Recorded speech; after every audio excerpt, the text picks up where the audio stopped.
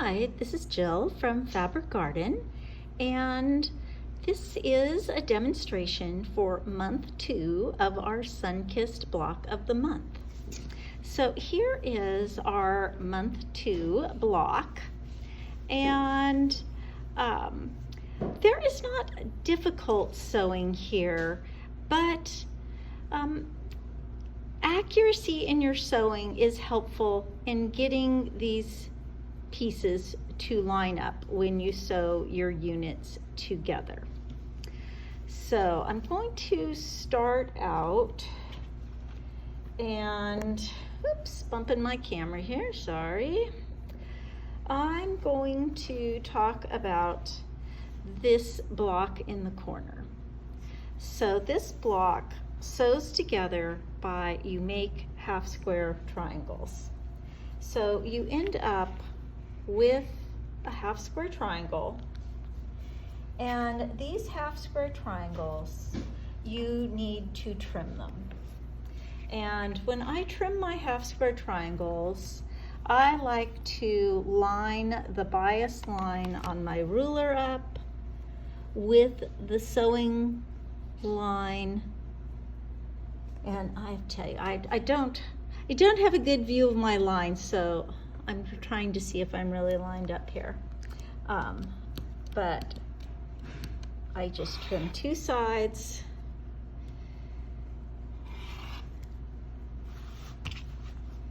Oops.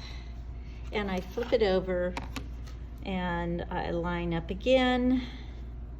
And I make sure that line is right on my sewing line. And I trim. And you want your seam line to go corner to corner. Then to complete the block, you do 2 folded corners on them. And that is your corner block. Then we are going to do very similar. We're going to make another half square triangle. And this time we trim it at this point when it's a half square triangle, and then we add 1 corner pop. Now, interesting here, this is very interesting. We are going to cut this in half, perpendicular to the seam lines. So in cutting it in half, I'm watching the points. If I cover up the point, I'm not actually going to be cutting point to point. So I kind of like just a little thread. And it can also help if you line up one of your lines on the seam line, and then you know you really have stayed perpendicular. So then I have 2 pieces. So I'm going to set those aside and show you what you're going to do with those later. Okay. Then we take just a regular square and we add a pop on either side.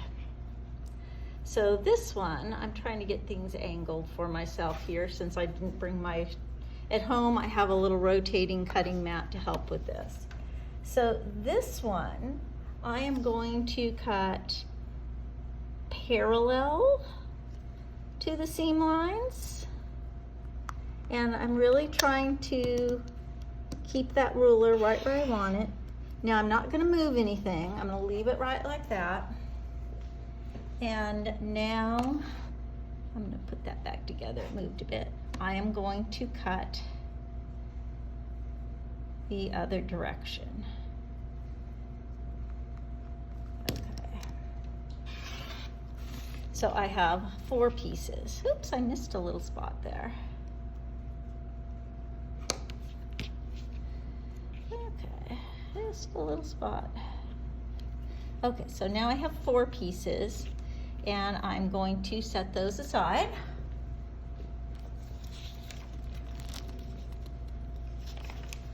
Okay, and then we are going to make a square and a square. So we just took a complete square and we added 4 popped corners to it. And this one is also going to get cross-cut. So I'm going to line it up.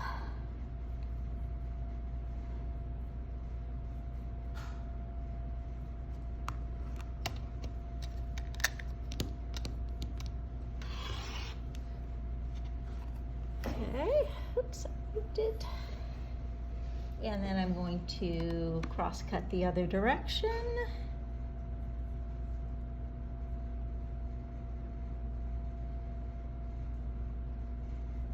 And I am taking my time because it's so easy to be off and then one side is smaller than the other. So I just take a moment to double check both corners before I cut. Okay.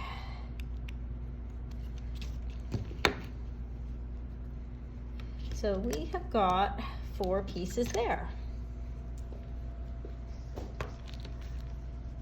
Okay. So we made the 4 corners first, and now all those pieces that we cut are going to make the other 4 units. So here is the square and a square that we cut, and I'm going to take one of those pieces and arrange it, and then I'm going to take one of the other pieces we cross-cut, and we're actually going to be doing mirror images. So the other one, so this one, let me see if I can get them to both fit. It's going this way, and then we'll be making a couple of each, and this one,